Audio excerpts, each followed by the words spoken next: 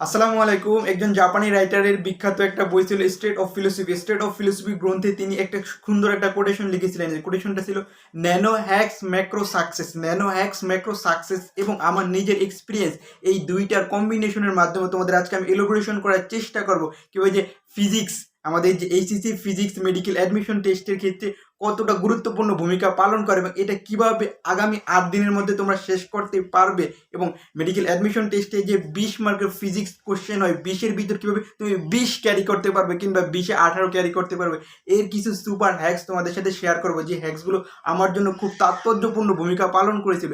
এর পাশাপাশি তোমাদের মেডিকেল অ্যাডমিশন টেস্ট এবং ভার্সিটি অ্যাডমিশন টেস্টের ভিতরে কেন মেডিকেল অ্যাডমিশন টেস্টটা সবচেয়ে সহজ, এটা নিয়ে আমি তোমাদের A to Z বিস্তারিত আলোচনা করার চেষ্টা করব। এর পিছনে সবচেয়ে গুরুত্বপূর্ণ ভূমিকাটা পালন করেছে তোমাদের ফিজিক্স বইটির কারণেই মূলত এই দুইটার ভিতর হিউজ একটা ডিফারেন্স ক্রিয়েট হয়েছে।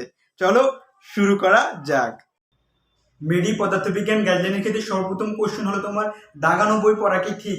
এর পিছনে আমার কিছু তোমাকে যুক্তি দেখাবো, তারপর আমি বলবো যে দাগানো বই পড়াটা কি আসলেই ঠিক নাকি ভুল, এখান থেকে আসলেই কমন পড়ে নাকি কমন পড়ে না, এই জিনিসটা আমি তোমাকে দেখানোর চেষ্টা করছি। লক্ষ্য করো, তোমার সাবজেক্টটা হলো কি ফিজিক্স। তাহলে ফিজিক্সের ফার্স্ট পার্টে তোমার 10টা চ্যাপ্টার, সেকেন্ড পার্টে কত 11টা চ্যাপ্টার, কত টোটাল 21টা চ্যাপ্টার। লক্ষ্য করো, একটা চ্যাপ্টারের অন অ্যান অ্যাভারেজ কত 30 পেজ, কত একটা চ্যাপ্টার 30 পেজের হয়ে থাকে। তাহলে তোমার 10টা চ্যাপ্টার কত পেজ হবে, 300 পেজ কিংবা ততোধিক। আর যদি সেকেন্ড পেপারে যাও তুমি, একটা চ্যাপ্টার ধরো 35 পেজ, রাইট? তাহলে কি এক চ্যাপ্টার যদি 35 পেজ হয় তাহলে 11টা চ্যাপ্টার তোমার কত দাঁড়ায়, 385 page on an average, but এর থেকে বেশি, কিছুটা বেশি। লক্ষ্য করো, এখানে 300 পেজ, এখানে 385 পেজ। যদি আমরা এই দুইটাকে কি কনভার্ট করি, দুইটাকে কি একসাথে সমন্বয় করি, তাহলে কত পাই আমরা 685 পেজ, কত 685 পেজ। তোমার হাতে সময় আছে কত, হাতে সময় আছে ধরো 20 দিন, কত 20 দিন সময় আছে। তো আরো চ্যাপ্টার আছে, আরো বই আছে, ঠিক না? 20 দিনে 685 পেজের উপর এফোর্ট দিয়ে কি সবকিছু মনে রাখা যাবে? অবশ্যই না। লক্ষ্য করো, তুমি যখন দাগানো বই পড়বা, এই 30 পেজটা তখন তোমার কনভার্ট হয়ে কত পেজে আসবে, 2 থেকে 3 পেজ। এখন লক্ষ্য করো, 2 থেকে 3 পেজ, আমি ধরলাম 3 পেজ, হ্যাঁ, 3 × 10 30 পেজ। অনুরূপভাবে এখানে কত, এই যে 11 × 3 33 পেজ। তাহলে আমরা এই দুইটাকে যদি সমন্বয় করি আমরা কত পাচ্ছি, 30 + 33 ইকুয়াল কত 63 পেজ। এই লজিক কেউ এখন পর্যন্ত দেখায় না, আমি শিওর, 100% শিওর 63 পেজ। তাহলে তোমার প্রথম পত্র এবং দ্বিতীয় পত্র মিলিয়ে তুমি যদি দাগানো বইটা পড়ো, 63 পেজ সব মিলিয়ে, মানে যদি এক জায়গায় আনো দাগানো অংশটুকু, 63 পেজের বেশি হবে না, গ্যারান্টি। দাগানোর মতো যদি দাগানো বই হয়ে থাকে, এই 63 পেজ পড়তে তুমি যদি খুব সুন্দরভাবে পড়ো, 63 পেজ পড়তে তোমার 5 দিনের বেশি সময় লাগার কথা না। কিভাবে, লক্ষ্য করো, এই যে 10টা চ্যাপ্টার, এই 10টা চ্যাপ্টার যদি তুমি প্রথম দিন 4 ঘন্টা পড়ো, 4 ঘন্টা পড়লে তোমার কি 4টা চ্যাপ্টার শেষ হবেই, 4টা চ্যাপ্টার শেষ হবেই। কিভাবে, 3 × 12, এক পেজ করে 3 × 12, তুমি কি 12 পেজ 4 ঘন্টায় পড়তে পারবা না? অবভিয়াসলি তুমি পারবা। এইটুক পড়ার পর এখন এইখান থেকে কতটুকু কমন পড়ে, দাগানোর মতো দাগানো বই হলে এই দাগানো বই থেকে তোমার 85% ইনশাল্লাহ কমন পড়ে। মোর অরলেস আরো বেশি হবে, কম হবে না। এই উত্তরটা আমরা পেলাম, দাগানো বই পড়া ঠিক কি ঠিক না। সেকেন্ড অপশনে আসো, অনুশীলনীর বহু নির্বাচনী কতটা ইফেক্টিভ। আমরা বিগত বছরে পরীক্ষা দিয়েছি, বিগত বছরের পরীক্ষায় ফিজিক্সে কত, ফিজিক্স থেকে আসে তোমার মেডিকেলে 20 মার্ক। এই 20 মার্কের ভিতরে বিগত বছর তোমার 9 মার্ক বিগত ওই যে অনুশীলনীর বহু নির্বাচনী কোশ্চেন থেকে আসছে। কাজ শক্তি ক্ষমতা থেকে দুইটা কোশ্চেন আসছে, দুইটা কোশ্চেনই বহু নির্বাচনী ছিল। আদর্শ গ্যাসের কি একটা কোশ্চেন আসছিল, এটাই বহু নির্বাচনের কোশ্চেন ছিল। এইরকম প্রায় 9টা কোশ্চেন তোমার অনুশীলনের বহু নির্বাচনী থেকে হুবহু তুলে দিয়েছে। এখন এগুলো থেকে কোনগুলো সলভ করব, এইটা খুব গুরুত্বপূর্ণ কোশ্চেন কিংবা ভাইটাল কোশ্চেন। এখানে 10টা, এখানে 11টা, টোটাল 21টা চ্যাপ্টার। 21টা চ্যাপ্টার লক্ষ্য করো, এই 21টা চ্যাপ্টারের ভিতরে প্রত্যেকটা অনুশীলনীতে 70+ এমসিকিউ আছে। এদের মধ্যে কিছু মাল্টিপল চয়েস আছে, ওইগুলো কি আমাদের কি অ্যাভয়েড করতে হবে। তাহলে কি যেই কোশ্চেনগুলো আমরা অন স্পট দেখার সাথে সাথে উত্তর করতে পারি, ওইগুলো পড়তে হবে। ওইগুলো প্রথম দিকে থাকে, 30, 35 কিংবা 40টার বেশি হবে না। 40টা এমসিকিউ প্রতি অধ্যায় করে থাকলে, তাহলে যদি আমরা 40 দ্বারা গুণ দিই, কত 21 40 দ্বারা গুণ দিলে কত 840।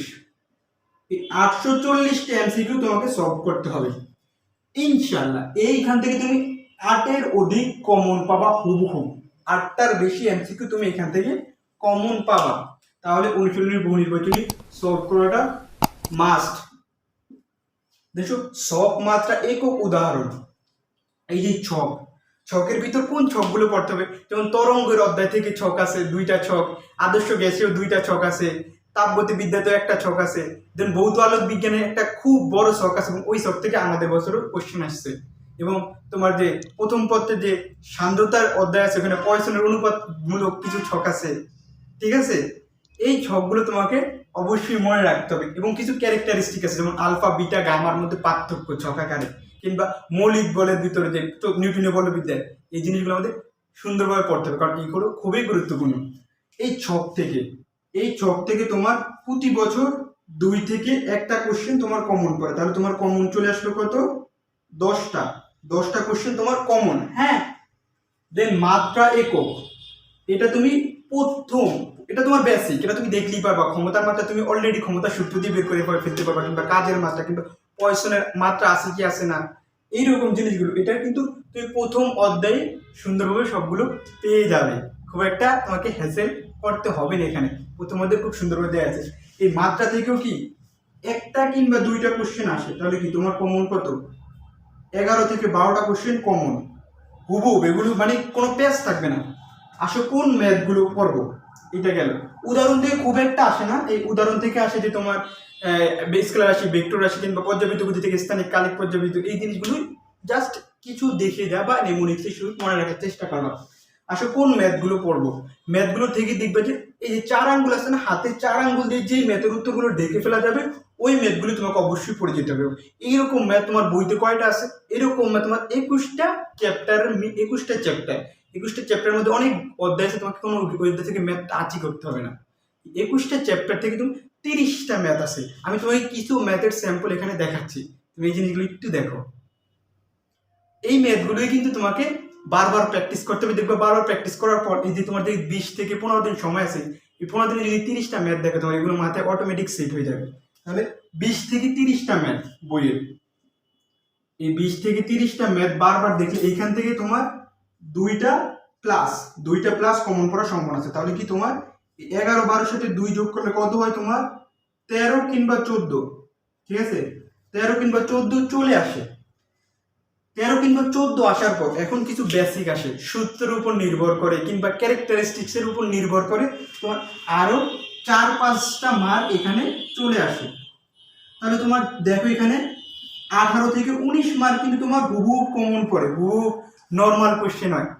1 থেকে 2টা কোশ্চেন একটু সিলি হয়, এগুলো না হয় আমি স্কিপ করলাম, পারলাম না, ডাজেন্ট ম্যাটার। আমি যদি ফিজিক্সের বিষয়, কারণ কেমিস্ট্রি আর ইংলিশ আমাকে ধরা খাওয়াবে, ফিজিক্সের বিষয় যদি আমি 18 or 19 গেইন করতে পারি, অনেকে 20 গেইন করে ফিজিক্সে, খুবই সহজ কোশ্চেন অফ ফিজিক্স, এই 18 থেকে 19 গেইন করতে পারি, isn't it enough to get chance in DMC? Yes, it is enough. Or isn't it enough to get chance in Goat Medical College? Yes, the answer is yes, it is enough. So তুমি এই প্রসেসটা follow করো, এই 4টা জিনিস follow করো, তোমার আর ঠিকতে হবে না। দেখছো এই জিনিসগুলো খুব কঠিন এবং বড় একটা জিনিসকে আমি তোমাকে কনসেস করে দেখালাম যে কিভাবে পড়তে হবে। 63 পেজের মধ্যে তোমার ফিজিক্সের প্রিপারেশনটা শেষ হয়ে যায়। তুমি যদি প্রিপারেশনের মধ্যে প্রিপারেশন নিতে পারো বুদ্ধিমানের সহিত, ট্যাকটিক্যালি ন্যানো হ্যাক্সই তোমাকে মাইক্রো সাকসেস এনে দিতে পারে তুমি যদি এই দিকটা ফলো করো। দেন এইটা একটা ভাইটাল কোশ্চেন, 4350 জনের বাহিরে গণরা কোথায় গিয়ে পড়বে? অবশ্যই ভার্সিটি। এখন মেডি ফিজিক্স কি ভার্সিটি ফিজিক্সের সমতুল্য কিংবা অনুরূপ? এই কোশ্চেনটা আংশিক সত্য, পুরোপুরি সত্য নয়। কেন? কারণ ভার্সিটি কিংবা ডিউতে কিছু কোশ্চেন আসে যে কোশ্চেনগুলো একটু ক্রিটিক্যাল। এই কোশ্চেনগুলো তোমাকে কীভাবে সলভ করতে হবে কিন্তু এগুলো কীভাবে পারতে হবে, এগুলো পারার জন্য তোমাকে কি ওই ভার্সিটির বিগত বছরের কোশ্চেন সলভ করতে হবে। তাহলেই তুমি ওই সম্পর্কে খুব সুন্দর একটা কনসেপ্ট তোমার মধ্যে গ্রো হবে এবং ওই কনসেপ্টের উপর বেস করে তুমি কোশ্চেনগুলোর উত্তর করে আসতে পারবে। আশা করি এই ভিডিওতে তুমি যে নতুন একটা দিগন্ত পেলে, এই জিনিসটা তুমি যদি এখন থেকে আগামী যে কয়দিন আছে এই কয়দিন যদি তুমি ইফেক্টিভভাবে বা প্রোডাক্টিভভাবে ইউজ করতে পারো, তোমার সফলতা খুব একটা দূরে নয়। হয়তোবা তোমার 3 তারিখ বা 4 তারিখের রেজাল্টে তোমার মুখে সূর্যের কিরণের মতো হাসি ফুটতে দেখা যাবে। তোমার বাবা মার লালিত স্বপ্ন, তোমার লালিত স্বপ্ন সত্যে পরিণত হবে। আমরা এই দোয়াই করি এবং এই কামনাই করি। আশা করি তোমাদের সকলের স্বপ্ন পূরণ হবে। আজকের মতো এই পর্যন্তই। তোমরা যদি আমাদের চ্যানেল নতুন হয়ে থাকো অবশ্যই আমাদের চ্যানেলটি সাবস্ক্রাইব করে আমাদের পাশে থাকবে। আসসালামু আলাইকুম।